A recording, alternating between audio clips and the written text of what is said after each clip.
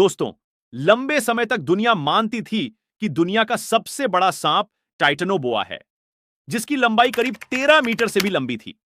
यह सांप इतना बड़ा था कि यह अगर घात लगाकर बैठा होगा तो यह टायरैक्स जितने बड़ा डायनासोर को भी खत्म कर सकता है। नाउ रीसेंट डिस्कवरी में गुजरात के कच्छ में अवस्थित एक माइन में दुनिया को हिस्ट्री का सबसे बड़ा सांप एग्जिस्ट करने का सबूत मिला है, जिसका नाम है वासुकी इंडिकस।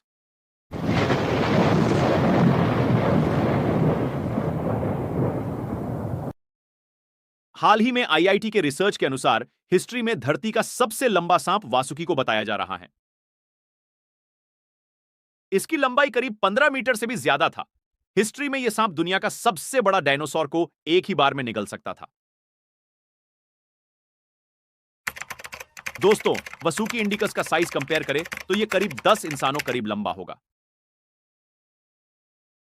दोस्तों, अब सवाल यह उठता है कि एक, इतना बड़ा सांप दुनिया में कब एग्जिस्ट करता था? दो, यह सांप इतना बड़ा कैसे हुआ? तीन, इसका अंत कैसे हुआ? दोस्तों, अब आते हैं हमारा पहला क्वेश्चन में। एक, वासुकी इंडिकस दुनिया में कब एग्जिस्ट करता था? दोस्तों, इस बड़ा सा सांप इंडिया में तो पहली बार डिस्कवरी किया गया, लेकिन इस सांप का हिस्ट्री में एग्जिस्ट करना चाइनीज और जापानीज ग्रंथों में भी जिक्र किया गया है, और हिंदू धर्म में भी वासुकी को लेकर कई सारे थ्योरीज हैं।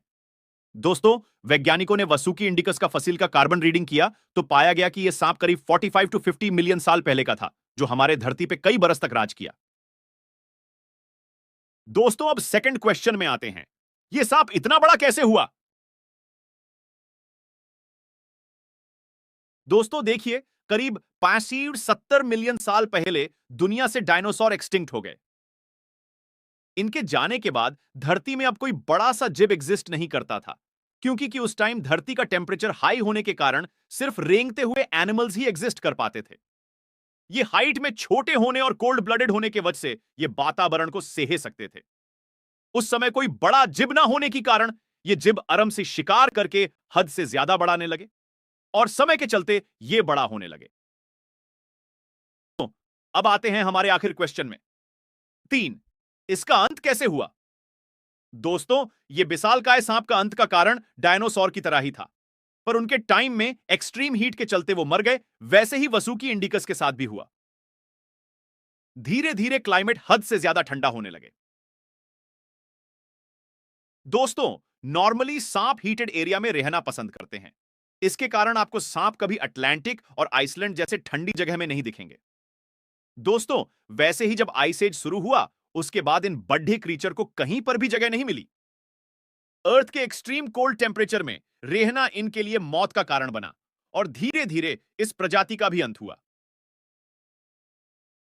दोस्तों, अगर आपको ये वीडियो अच्छी लगी तो सब्सक्राइब जरूर करें आगे ऐसे ही कंटेंट पाने के लिए।